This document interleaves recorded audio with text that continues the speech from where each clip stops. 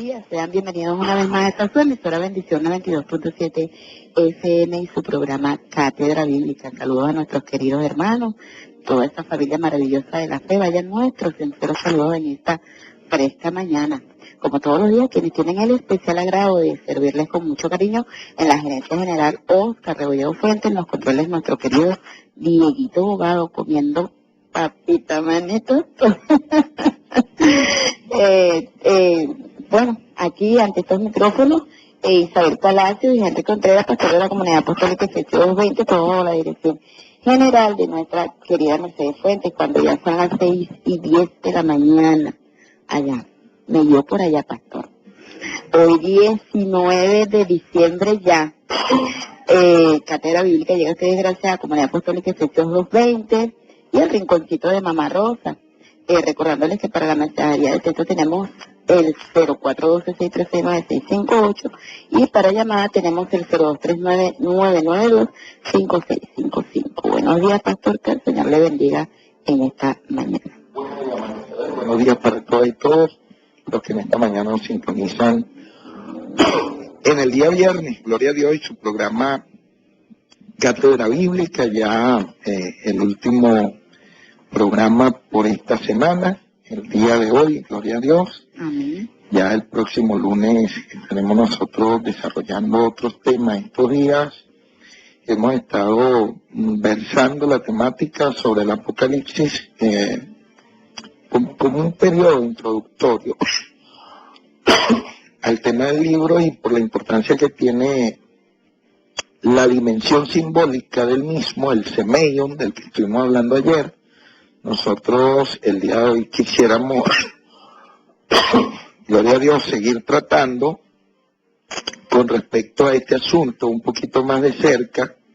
Si nos da tiempo, vamos a procurar mirar un poco esa dimensión teriomorfa, esa dimensión de los animales que aparecen allí, por la importancia que tiene sobre todo uno que hay que destacar, en este caso el Cordero.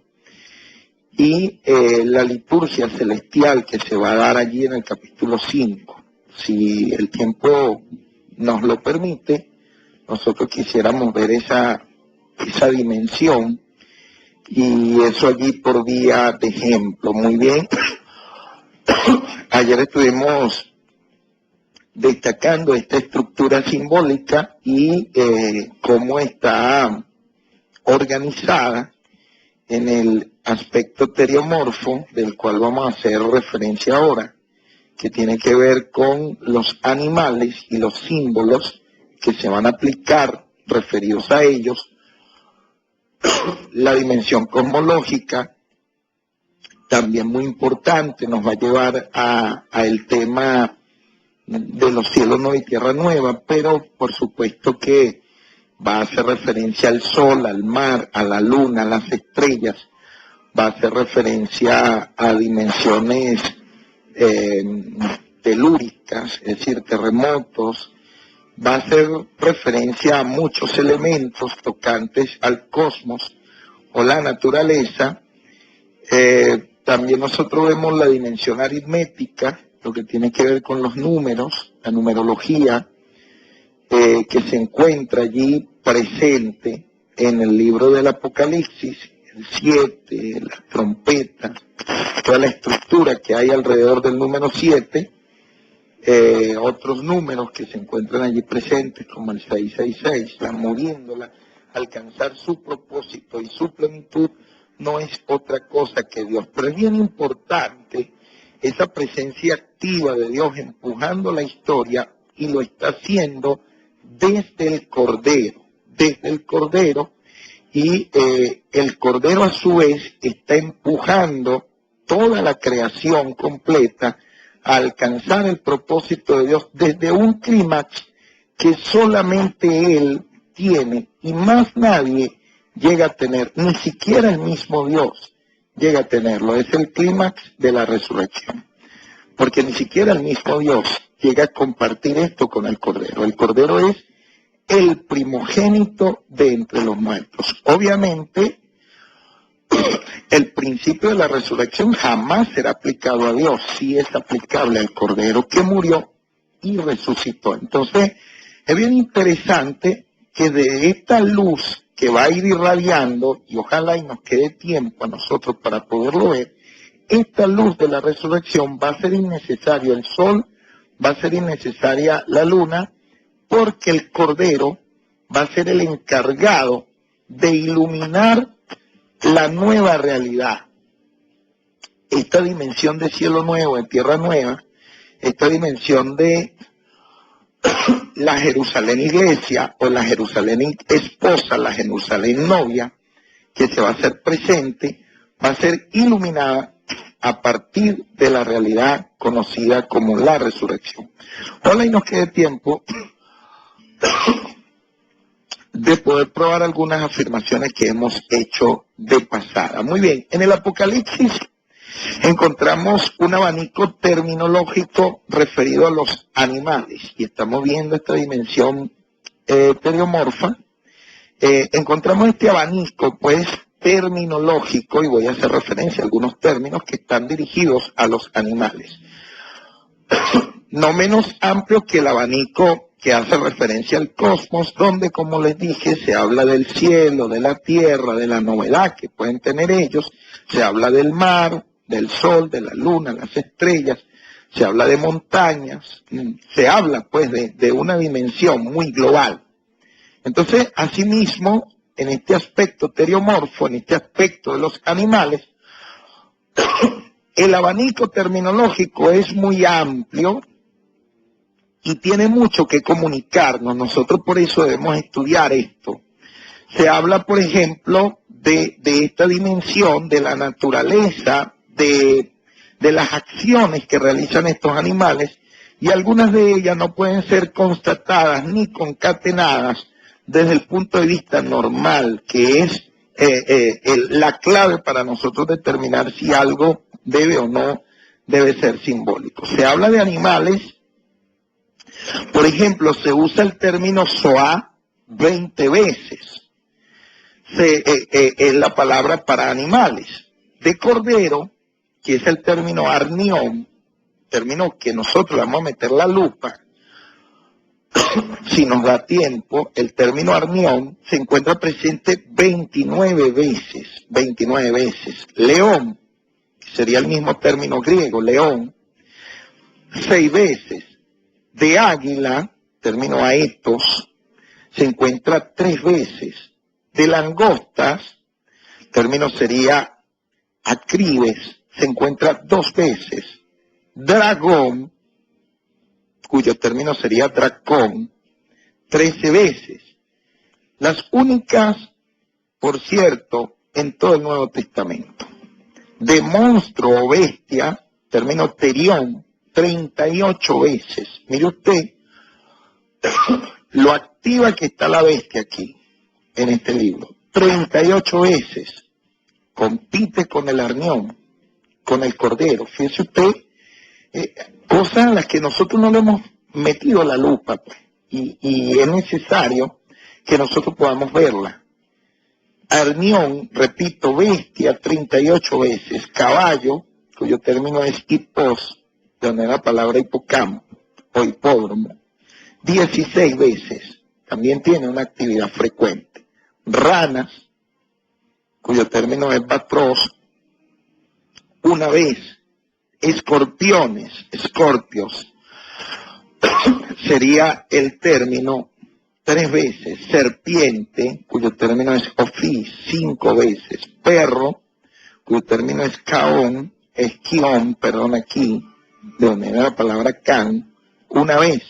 Pájaro, cuyo término es horneón, 3 veces. Bueno, el cuadro de los animales es impresionante, tienen un despliegue impresionante, su amplitud, su magnitud, sus acciones, el carácter que van mostrando no encuentra parangón, no encuentra paralelo en ningún otro escrito del Nuevo Testamento. Ningún otro escrito del Nuevo Testamento da constancia de una presencia animalesca tan amplia como estos capítulos que nos encontramos en el último libro de la Biblia. En algunos casos, los animales son vistos en un sentido realista, apropiado. Por ejemplo, fieras que devoran. Eso es algo normal. Pero que devoren a un cuarto de los habitantes de la tierra no es normal, a pesar de tener visos de cierta normalidad. Eso sería posible, pero en nuestra sociedad hoy en día es bastante difícil que eso acontezca. Los caballos, cuando la sangre les llega más o menos hasta la altura del hocico, obviamente aquí hay una hipérbole, hay una exageración, claramente. Entonces hay un mensaje que nosotros debemos irle prestando atención. El ruido del león es normal comparado con el balido del cordero. Qué interesante el contraste aquí, donde se puede destacar lo fiero que es un león y este cordero. El balido del cordero, que el cordero, a pesar de ser un animal tan pacífico, este cordero amedrenta al más pintado de los reyes de la tierra. Incluso llegan a pedir a los montes que caigan encima de ellos y les escondan de la presencia del que está sentado en el trono y del cordero, porque el día de su ira ha llegado, y ¿quién será el que podrá mantenerse en pie? La misma muerte dice: patica para que te tengo, y se esconde. Entonces, fíjense ustedes la importancia que puede tener este cordero aquí, ¿no? Entonces, muchas veces se describen a los animales con rasgos normales, y eso pudiera distraernos y llevarnos a pensar que no hay símbolo allí. Pero la mayoría de las veces, los animales se encuentran protagonizando acciones que no esperaríamos en condiciones normales, e incluso protagonizan acciones superiores a los hombres. Los Zoá, los animales, además de tener una identidad bien definida, también se encuentra combinada, y esa combinación nos muestra que no tiene nada que ver con la realidad. Por ejemplo, vamos a ver Apocalipsis 4, capítulo 4, versos 6 al 8. Vamos a leerlo allí. Leo en el poderoso nombre de nuestro Señor Jesucristo. Dice: alrededor del trono había 24 tronos, y en los tronos vi sentado a 24 ancianos vestidos de ropa blanca, con coronas de oro en sus cabezas. Del trono salían relámpagos, truenos y voces. Delante del trono ardían 7 lámparas de fuego, que son los 7 espíritus de Dios. También delante del trono había como un mar de vidrio semejante al cristal, y junto al trono y alrededor del trono habían 4 seres vivientes llenos de ojos por delante y por detrás. El primer ser viviente era semejante a un león, el segundo era semejante a un becerro, el tercero tenía rostro como de hombre, y el cuarto era semejante a un águila volando. Los 4 seres vivientes tenían cada uno 6 alas, y alrededor y por dentro estaban llenos de ojos, y día y noche sin cesar decían: Santo, Santo, Santo es el Señor, Dios Todopoderoso, el que era, el que es y el que ha de venir. Qué lástima que a uno no le quede tiempo de estudiar todo lo que hay allí. Imagínense usted estos animales: el león, el cordero y el águila, con 6 alas cada uno. Un león con 6 alas, ¿qué le parece a usted? Yo salgo corriendo. No cabe dentro de la imagen. Un águila con 6 alas, o un cordero, más o menos de esta condición. Fíjense que allí nosotros vemos, en este caso, a los animales que tienen una identidad combinada, de la cual les estaba haciendo referencia hace un momento. Esta identidad combinada rápidamente nos permite ver que no tiene nada que ver con nuestra realidad. Tal vez con la realidad simbólica que pretende el libro, sí, pero no con nuestra realidad. Rápidamente entonces nos tiene que advertir que allí hay profundidad en lo que se nos quiere comunicar.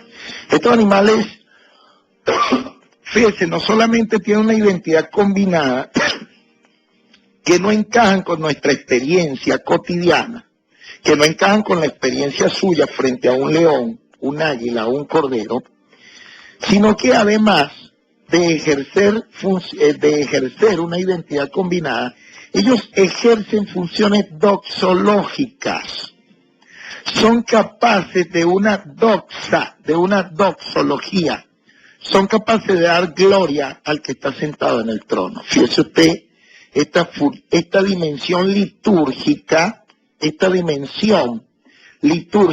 dentro de la cual se encuentran estos animales, son capaces de doxología, de dar gloria a Dios. Son capaces de tributar honra al Todopoderoso. El capítulo 4 del libro de Apocalipsis nos presenta una dimensión litúrgica celeste, donde el protagonista va a ser el que está sentado en el trono, pero el capítulo 5 va a tener como protagonista el Cordero. Estos animales, entonces, son capaces de una dimensión litúrgica, son capaces de una doxología, es decir, de dar gloria a Dios. Además, son capaces de imponer órdenes al que está recibiendo la visión. Ellos dicen ercom, que significa ven, etcétera. Ellos demuestran en dicho pasaje o en este libro tener ciertos niveles de autoridad, incluso sobre el vidente que está recibiendo la visión. Nosotros vamos viendo entonces estos asuntos que hay que irlos destacando. También entregan la copa a los ángeles, también adoran. El Cordero también es presentado con características que no se compadecen con lo real. Por ejemplo, vamos al capítulo 5, versículo 6. Voy a ir citando los textos más destacados, pues quiero ver si me da tiempo de poder analizar algo acerca del capítulo 5 y este aspecto del Cordero. Miré y vi que en medio del trono y de los 4 seres vivientes y en medio de los ancianos estaba en pie un cordero como inmolado que tenía 7 cuernos y 7 ojos, los cuales son los 7 espíritus de Dios enviados por toda la tierra. Imagínese usted un cordero así. ¿Se da cuenta? Entonces nosotros tenemos que ir descubriendo esta dimensión. Un cordero degollado de pie con 7 cuernos. ¡Wow! Es una cosa tremenda, ¿no? Me imagino al profeta ahí, pues, Juan, viendo en esa visión al cordero todo sanguinolento. Sí, señor. Imagínese usted. Gracias a Dios que Juan parecía estar claro. El que no esté claro soy yo. Entonces debemos estudiar. Entonces nos muestran ejemplos que no se compadecen con la dimensión de nuestra realidad. Son acciones que se van a ir multiplicando, estas acciones, y que en cierto modo tienen como propósito impresionar, sorprender al lector, sacarlo del curso normal de lo que habitualmente nosotros, con lo que habitualmente estamos familiarizados. Este cordero ejerce una multiplicidad de funciones. Por ejemplo, fíjense lo que hace él, sus acciones, que no terminan de sorprender. El cordero es capaz de tomar el libro, 5:7. Léalo. Él vino y tomó el libro de la mano derecha del que estaba sentado en el trono. Fíjense, el cordero es capaz de ir donde el que está sentado en el trono, de tomar el libro del que está sentado en el trono, es capaz de abrir los sellos, 6:1. 6:1, entonces dice, entonces vi que el cordero abrió uno de los sellos y oí. Amén. El cordero abrió uno de los sellos, es capaz de abrir los sellos. El cordero se indigna, 6:16. Okay. Aquí. Ajá. Y decían a los montes y a las peñas caer sobre nosotros y escondernos del rostro de aquel que está sentado sobre el trono y de la ira del Cordero. ¿Ven? El Cordero se indigna. Llega, imagínense un Cordero con estas características, se acerca al que está sentado en el trono, toma el rollo, abre los sellos, un Cordero que se indigna, un Cordero que además conduce al prado, 7:17, un Cordero capaz de luchar, de vencer, 7:14, celebra las bodas, tiene un trono propio, es un Cordero que vence. Aquí también el león vence para hacer abrir los sellos del libro, otra imagen de Cristo. En este libro, entonces, ustedes que los animales tienen un papel muy destacado. Por ejemplo, las langostas atormentan a los hombres como si fueran escorpiones y asumen las formas concretas que realmente son desconcertantes. El águila, exhalando, es capaz de exhalar un grito amenazador y desconcertante. Los caballos, además del elemento mencionado anteriormente, también son capaces de volar. No es caballos que vienen volando cuando el cielo se abre. También asumen proporciones, distintos colores, actitudes que están en el límite de lo imaginable.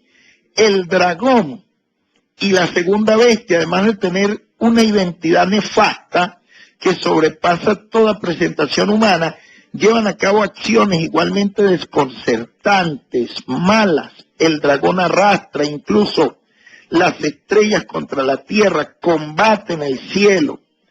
La primera bestia blasfema incluso contra el nombre de Dios, tiene poder sobre toda tribu y lengua. La segunda bestia habla como el dragón, con la autoridad que le da el dragón. Esto construye una imagen distinta a lo cotidiano, a lo normal, dentro de los cuales nosotros estamos acostumbrados. Entonces, los ejemplos podrían continuar y podríamos seguirlos viendo y se podrían multiplicar, pero lo que he dicho hasta ahora sirve para poner de relieve la importancia de la dimensión simbólica que se encuentra presente en el libro de Apocalipsis. Esto podríamos prolongarlo en el aspecto arquitectónico, en el aspecto cromático, de colores, y así sucesivamente. Pero, repito, esto nos sirve para poner de relieve también la creatividad del Espíritu Santo, la creatividad del autor y, por supuesto, debería poner de relieve la creatividad de quien lee y quien oye, porque esto contiene una bienaventuranza para el que lee, para el que oye y para el que guarda las cosas expresada en esta profecía, además porque el tiempo está cerca. ¿Qué se propone expresar? ¿Qué se propone expresar entonces el libro? Mediante esta realidad realmente heterogénea, nos está mostrando incluso una superioridad de los animales con respecto a los hombres. Aquí los animales están prevaleciendo a los hombres, a los seres humanos, pero extrañamente, repentinamente, todos estos animales van a desaparecer de la escena a excepción del Cordero. Todos estos animales van a ir desapareciendo, van a desaparecer completamente como si no hubieran existido, y el Cordero parece tener una realidad desde antes de la fundación del mundo. Esto es impresionante y esto nosotros debemos irlo viendo, porque tiene algo muy importante que irnos transmitiendo. Entonces, está dejando esta dimensión simbólica una impresión profunda en quien lee y quien escucha. Algo se va consolidando en la medida que se desarrolla la investigación, que se desarrolla el estudio, las acciones atribuidas a los animales, que incluso, repito, llegan a imponerse a los seres humanos. Los animales entonces son protagonistas tanto de signo positivo como de signo negativos, se comportan con modalidades siempre sorprendentes, que suelen ser inexplicables para los seres humanos. Su acción influye sobre los hombres, influye sobre su historia, pero este despliegue de los animales muestra estar siempre bajo el control de Dios. Dios los está dirigiendo para un propósito, y ese propósito tiene que ver con la historia humana, con la historia de los seres humanos, con su desarrollo hasta que alcancen su conclusión escatológica. Y como hemos dicho que la escatología de Dios no está en el tiempo, sino en Cristo, por esa razón usted va a ver que el Cordero no va a desaparecer. El Cordero no va a desaparecer, el Cordero va a ocupar el centro y la resurrección del Cordero va a iluminar la historia. Esta es la verdad que muchas veces no se quiere comprender. Amados hermanos y hermanas, la resurrección de Cristo inaugura de manera permanente, de manera progresiva, de manera creativa, esta tierra, esta dimensión que nosotros conocemos y que muchas veces no logramos explicar ni logramos entender, es iluminada desde el mismo momento en que murió y resucitó el Cordero hasta el fin de los tiempos. Con su venida se consumarán realmente todas las cosas. O sea, el autor del libro de Apocalipsis tiene una dimensión cristológica profunda, cristocéntricamente profunda, y nos está presentando cómo este Cordero ilumina la historia, cómo Dios tiene el control a partir de esta dimensión, de esta realidad, de este desarrollo escatológico, esta conclusión, esta consumación. Por esa razón, el Cordero no va a desaparecer.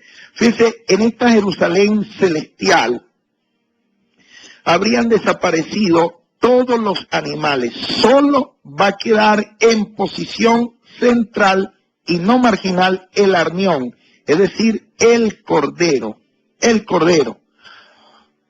Y esto nos plantea un desafío que nosotros hemos prestado atención. Nosotros hemos creído que la Nueva Jerusalén es una ciudad celeste que va a descender realmente del cielo. Hermano, hay que investigar un poquito el asunto. Esto es una Jerusalén iglesia, es una Jerusalén pueblo de Dios. Y debemos prestarle atención a esto. Mire, van a desaparecer todos los animales, el único que va a quedar en una posición central va a ser el Cordero. Porque el Cordero tiene una relación profunda con su pueblo, con el pueblo de Dios. Entonces, se muestra una salvación activa causada vitalmente por Cristo. Es una proyección escatológica desde su resurrección. Desde su resurrección.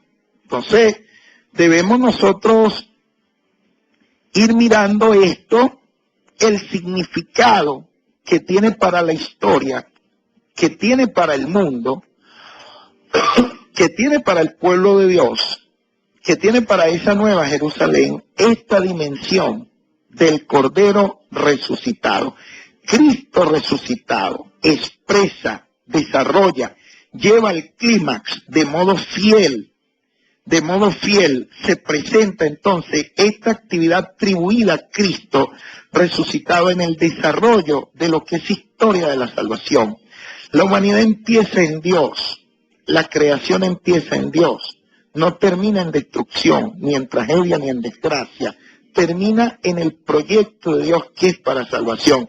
Y solamente el Cordero le puede atribuir el significado y la dimensión soteriológica que realmente tiene. Por eso se va a hablar de una Jerusalén de corte celestial, iluminada por el Cordero, que tiene que prestársele atención, amados hermanos, porque lo que la ilumina es la resurrección. Y tiene que prestársele atención porque si usted recuerda, para el tiempo del autor, para el tiempo en el que escribe Juan, Jerusalén es un montón de ruinas. Es un montón de ruinas y el templo también es otro montón de escombros y de ruinas. Bueno, entonces, en ausencia de la Jerusalén terrenal, que su novedad empezó en el Gólgota, en la muerte y en la resurrección de Cristo, en ausencia de esa Jerusalén terrenal. Entonces, amados hermanos, surge una Jerusalén celestial, es decir, esa nueva realidad que nace, que se hace presente realmente en Cristo. Cuando Juan escribe, sale el texto que nos han llegado. Pero quiero ir llamando la atención, pues, sobre esto, hermano, porque creo que no se le ha prestado la debida atención a esta dimensión de Cristo resucitado. Mire, Jesús insistió. Si ustedes se dan cuenta, lo que pasa es que hay que estudiar el tema de la Jerusalén, y en su momento le vamos a dedicar un estudio, tal vez una semana completa, al tema de lo que es el concepto de la Nueva Jerusalén, pero lo vamos a ver desde el momento en que David la conquistó, para poder entender por qué Dios escogió Jerusalén como el centro de la teocracia, y para que nosotros podamos entender por qué sus hijos no salgan de Jerusalén. Porque ustedes tienen que ver que Jesús había dicho también que no era posible que un profeta muriera fuera de Jerusalén y que era necesario que él llegara a Jerusalén. Y entonces fue a Jerusalén y allá fue donde murió, allá fue donde le hicieron un juicio, allí fue donde resucitó, fue allí donde lo sepultaron. El cadáver de David se encontraba también en Jerusalén. O sea, nosotros tenemos que ver todo esto. Fue allí donde descendió el Espíritu Santo, fue desde allí donde empezó la misión, donde nació la iglesia. Entonces, allí se da la dimensión de la Nueva Jerusalén sobre el fundamento de los 12 apóstoles, y nosotros tendremos que ir viendo todo esto. Pablo habló de la Jerusalén de arriba, de una Jerusalén celestial. O sea, nosotros tendremos que irle metiendo el lente, pero con cuidado a todo esto, y sobre todo, fíjense, la presencia del Cordero iluminando la ciudad de Jerusalén, y la va a iluminar con la resurrección. Entonces, si no se le da atención, una atención debida, seria, a la dimensión que tiene esto, entonces definitivamente no vamos a lograr sacar de ella lo que el Espíritu de Dios quiere que saquemos, quiere que en el fondo nosotros saquemos. Entonces, vamos a darle paso a la mensajería del texto y luego vamos a Apocalipsis capítulo 5. Es un libro, definitivamente, pastor, es un libro demasiado apasionante. Amén, claro que sí. Y de verdad que vale la pena este estudio, de verdad que sí, escucharlo. Por acá dice que anunciemos lo de la vigilia para esta noche, pastor. Aleluya. Pastor Romero. Gloria a Dios, claro que sí, explosivo, el gran Romero. Sí, hoy hay una vigilia aquí, una vigilia radial, pues invitando a los hermanos, los que participan aquí en la radio, que se sumen pues a esta vigilia, y los que nos escuchan, los que nos siguen a través de esa emisora Bendición 92.7 FM, pues que se activen desde su casa, que saquen afuera esas cornetas y que se sumen a esta vigilia, porque por lo que escuché es una vigilia de acción de gracias, ¿no? Amén. Esta noche, Radio Bendición, como siempre, de bendición, pero esta noche está de fiesta. Esta noche, amados hermanos y hermanas, por aquí, por los estudios Radio Bendición, pues, habrá un gran despliegue del pueblo de Dios, ministros de altar, ministros en la presencia de Dios, ministros que han pateado la calle, que el Señor ha usado con gran poder, con gran autoridad, estarán disertando, ministrando, orando por sus necesidades, gimiendo, intercediendo en la presencia de Dios, honrando a Dios, porque Dios ha sido sumamente bueno con nosotros y con usted también. Entonces, queremos invitarle desde ya a activarse, a correr la voz por los medios de transporte, en sus casas, en sus lugares de trabajo, donde se encuentren. Vamos esta noche con todo, con Radio Bendición, a sintonizarnos, a escribir, pues, así como aquella vigilia primera que tuvimos, vigilia inolvidable, realmente dejó precedentes únicos. Esta no será la excepción. Lo que viene tiene que ser sencillamente mejor. Así es. Por acá dice, buenos días, Dios le bendiga, la hermana María en sintonía. Amén, gloria a Dios. Dios le bendiga, mi hermana. por acá dice, los animales representan guerra para aquella época y para esta representan a los aviones, tanques, misiles, submarinos, barcos y otros instrumentos de guerra. Amén. Bueno, gloria a Dios. Hay ahí una interpretación. Habría que ver la justificación de ella, pero es una interpretación. Ahora, fíjese, esa interpretación es basada en nuestra realidad, no basada en la realidad del autor, porque cuando el autor estuvo, él no estaba familiarizado ni con un tanque, ni con un helicóptero, ni con un avión. Entonces, mal podría el autor haber discernido esto. Obviamente, no estoy negando el que pueda hacer eso, no lo estoy negando. Lo que estoy diciendo fue que no entró en la dimensión del autor porque no estaba dentro de ni de su acervo cultural, ni de su experiencia, ni de la experiencia de ninguno de los que estaban por allí en aquella época. Entonces, esta interpretación del libro surge a partir de nuestra actualidad, que sí estamos familiarizados con tanques, aviones, helicópteros, etcétera, etcétera. Bueno, y para abonar un poquito más, el canal de, haciéndole un poco de propaganda, Discovery Channel, pues hay bastante intérprete, he visto pues bastantes intérpretes en cuanto a Apocalipsis, y dicen que en el tiempo en que Juan le fue dada esa visión, fue traído a este siglo presente, ¿no? Y bueno, ellos tienen sus estudios allí, sus teorías ahí. ¿No? Amén. Por acá dice, buenos días, mi hermano y hermana, Dios le bendiga, el estudio está muy bueno, ¿será que lo pueden seguir la otra semana? Me gusta mucho este estudio. Aleluya. Esta semana se la dedicamos al libro de Apocalipsis. Vamos a ver si la semana que viene de repente Dios dispone otra cosa, pero a lo mejor sí. Sí, claro que sí, pastores, que este estudio está buenísimo. Por lo menos yo estoy aprendiendo, déjeme decirle bastante, porque no sabía nada de esto. Aleluya. Pero acá dice, Dios le bendiga, hermano, siga adelante, es la hermana Rosalía. Bien bueno el estudio. Gloria a Dios. Oye, la hermana Rosalía. Aleluya, gloria a Dios, aleluyita. Hasta está levantadita de tempranito. Bendiciones, mami, Dios te bendiga. Pastor, y yo me sumo con los hermanos que mandan los mensajes. Va a enviar su mensaje. Y sí, o sea, yo aquí le quiero hacer es una pregunta. Ajá. Dicen que el género literario de Apocalipsis es pseudoepigráfico. Uh-huh. Yo quisiera que usted me dijera qué es eso. Bueno, tiene que ver cuando se le...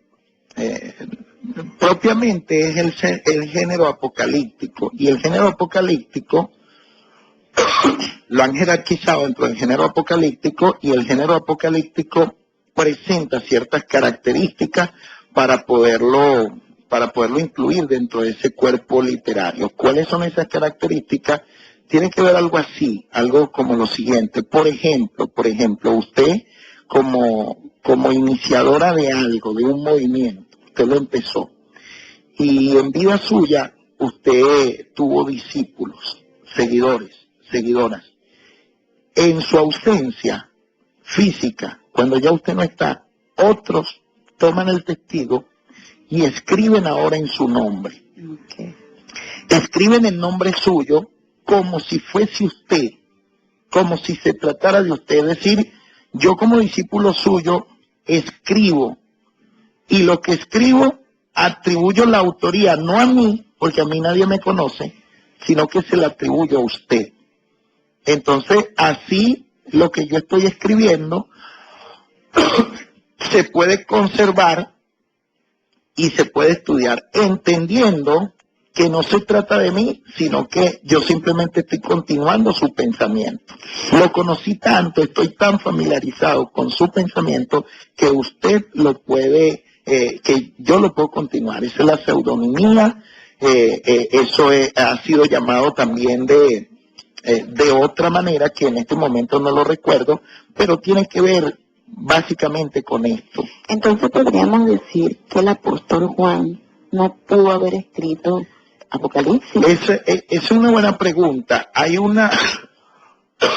Eso es un lío, ¿yo? Hay una discusión acerca, algunos comentan que el anciano de las cartas de Juan, algunos han llegado a decir que no es Juan el apóstol, otros dicen que el autor del libro de Apocalipsis es un profeta, es un Juan que es profeta. Otros llegan a decir que se trata del apóstol, pero de allí el asunto, que la pregunta que usted hace desde el punto de vista académico no es fácil, porque hay que resaltar todo lo que se ha dicho y en qué se fundamentan para lo que se ha dicho. Pero vamos a hacer una cosa, vamos a dar un tema con respecto a la autoría y la fecha del libro, y en el asunto de la autoría entonces podemos abordar el tema de la pseudonimia con más profundidad, pero tiene que ver con eso. Claro, yo le hago la pregunta es porque, como dice que en el año, fue escrito más o menos en el año, dice que él fue desterrado, donde se escribió el libro entre los años 93 y 95. Sí, ajá, a finales del siglo I. Exacto.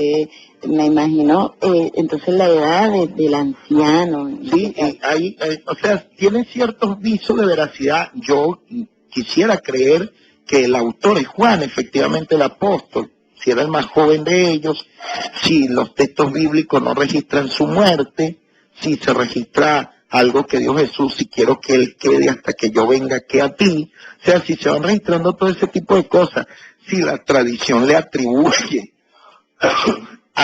incluso cosas sensacionales con respecto a Juan, que intentaron quemarlo en una paila de aceite hirviendo, y que de ahí lo sacó Dios repotenciado para que siguiera ministrando. Bueno, son tantas cosas que le atribuye la tradición, que vale la pena pues estudiar el tema desde su historia. Ok, ¿para qué le dicen así? Las revelaciones no son de Juan, son del Espíritu, quien sí sabía que habría tanques y aviones de guerra y que él conoce todos los tiempos, y la Biblia es eso. Amén, gloria a Dios. Lo que no podemos decir, si estoy de acuerdo en que las revelaciones son del Espíritu, que las revelaciones es de Dios, claramente. Yo quiero decirle algo al hermano o hermana que escribe, con todo respeto. Usted está defendiendo lo que usted afirmó hace un rato, pero no lo afirme, o sea, no lo afirme tajantemente. Le voy a decir por qué. Porque el texto bíblico literalmente no dice tanque, ni aviones, ni helicóptero. Eso lo dice usted. Ahora, en la introducción al libro, en el primer día, no sé si usted escuchó el estudio el día lunes, dejé bien claro que la fuente de la revelación de este libro es Dios. Lo dejé bien, pero que bien claro, sin ambigüedad de ningún tipo. Así que a veces nosotros queremos aclarar y lo que terminamos es oscureciendo. Si nos resbalamos en lo seco, imagínense en lo mojado. No debemos nosotros muchas veces, por el afán de justificar nuestros puntos de vista, atribuírselos ya al Espíritu de Dios. Lea el mensaje, usted va a ver lo que dice el mensaje. Las revelaciones no son de Juan, son del Espíritu. Eso es indiscutible, y dimos una clase, y usted puede revisar internet para que usted vea que dimos una o dos clases alrededor de que Dios es la fuente de la revelación, y hay una cadena sucesiva de estas revelaciones, de Dios a Jesús, de Jesús al ángel, del ángel al vidente y del vidente a la iglesia. Eso lo vimos nosotros. Sí, señor. Claro que entonces no estamos diciendo que Juan sea el portador o la fuente de esta revelación. En primer lugar, eso no lo estamos diciendo nosotros aquí. Y tenemos que tener cuidado pues, en cuanto a las interpretaciones. Entonces, ¿quién sí sabía que habrían tanques y aviones de guerra, ya que él conoce todos los tiempos de la Biblia?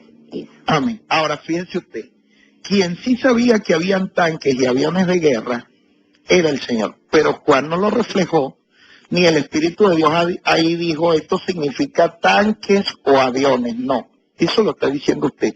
Esa es su interpretación. Que la interpretación pueda ser consecuente con nuestra experiencia en este momento y nosotros podamos por una vía deductiva decir que se trata de eso es otra cosa, pero tenemos que ser honestos con el texto. El texto no está diciendo que eso allí signifique aviones o tanques, porque vaya usted a saber cómo se interpretó eso en la Edad Media, donde tampoco había ni aviones ni tanques, y a ellos les pareció que significaba otra cosa, y a nosotros ahora nos parece que significa aviones y tanques, y si el Señor no viene sino dentro de mucho tiempo, y surgen otros aparatos bélicos más sofisticados, y llegan a aquellas personas a parecerle otra cosa, entonces vamos a ir de parecer en pareceres, y no se trata sino de interpretaciones. Entonces tenemos que ser muy honestos con esto. Gloria a Dios. Me hicieron señas, pastor. Bueno, lea los mensajes de texto, y no podemos entonces ver el capítulo 5 del Cordero, qué significa ese libro, por qué escrito por dentro y por fuera, pero la mensajería de texto allí. No, pastor, ya esto es lo que llega hasta ahora. Ok, gloria a Dios. Entonces, el día lunes vamos a abrir con el capítulo 5 allí en el libro de Apocalipsis. Todavía el lunes me voy a quedar en el libro, no sé si los otros días lo vayamos a hacer. Muy bien, amados y amadas, feliz, contento de poder estar aquí por este medio. Se les quiere mucho, se cuidan, les esperamos en la vigilia radial, participen activamente y bueno, nos encontramos aquí el lunes en Cátedra Bíblica. Bendiciones. Así es. Bueno, recordándoles que Cátedra Bíblica llegó a ustedes gracias a Comunidad Apostólica Efesios 2:20, el Rincón de Mamá Rosa. En la gerencia estuvimos laborando para ustedes con mucho cariño. Oscar Rebolledo Fuentes, en los controles Diego Bogado.